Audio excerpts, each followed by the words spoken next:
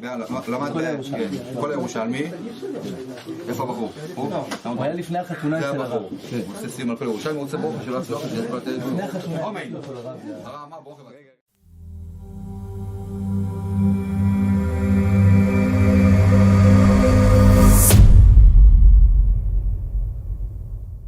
I want to share 3 things that we can learn from Rabbi Kanievsky as told by his daughter. My wife was listening to a shiur given by Rebbetzin Kolodetsky, the daughter of Rabbi Kanievsky, to the teachers of Bet Yaakov. Bet Yaakov asked her to talk about 3 things that we all can learn from Rabbi Kanievsky and what we can apply to our lives, and here they are. The first thing that she noticed about her father was something called zrizis. Zrizis is the Hebrew word for efficiency. Rabbi Kanievsky was very efficient, and what he was doing was he was looking at the most important thing in his life, which is going to be learning, and he was prioritizing that. Now, why do we care about this? Well, we have to look at the sages that sit and learn, because they are a special class of people for Am Yisrael. This is not just a tzaddik who's doing mitzvahs. This is somebody who is a master of all of the Torah, not only the halacha, but also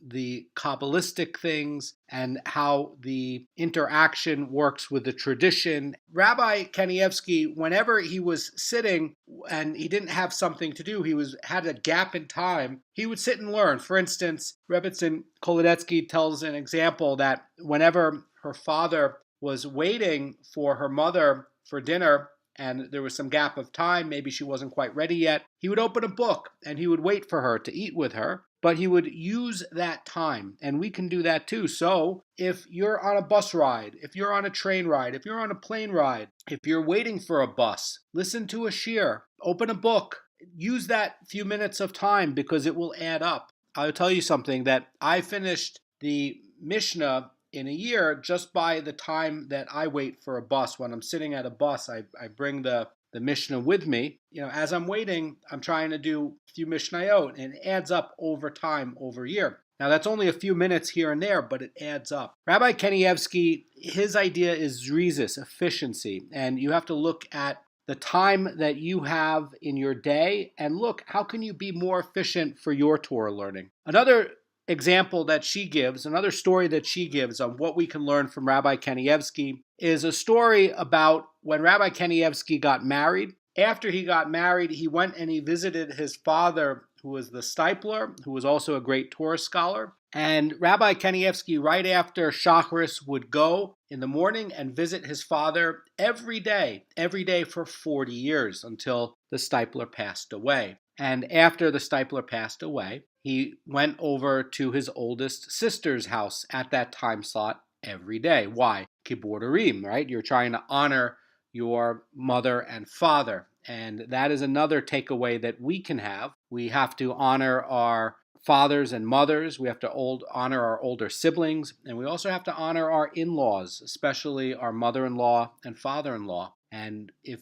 you're having a hard time doing that, it's something to ask a rabbi on guidance on how to do. Always seek a Haredi Orthodox rabbi who can guide you in your life and get the insights on how to do that. That's something that building that bond with your mother and father extends your life. That's what the Torah says. And the third thing that Rebbetzin Kolodetsky said upon reflecting on her father that we can all learn was that Rabbi Kanievsky was always the first to do a mitzvah. Whenever a mitzvah could come up, he rushed to do it. So for instance, Netz comes up in the morning. That's going to be the earliest time when you can pray in the morning. And he would run and do that. He would be there at Netz. And whenever there was another mitzvah that came up, he would try to do it as soon as possible. He didn't wait for his mitzvahs to come about. When he was davening mincha, for instance, he would be davening the earliest mincha. He always was trying to, again, keep this economy and efficiency in his time and his time use. And in order to do that, he was trying to use his time so that he rushed after the mitzvahs, and it created a gap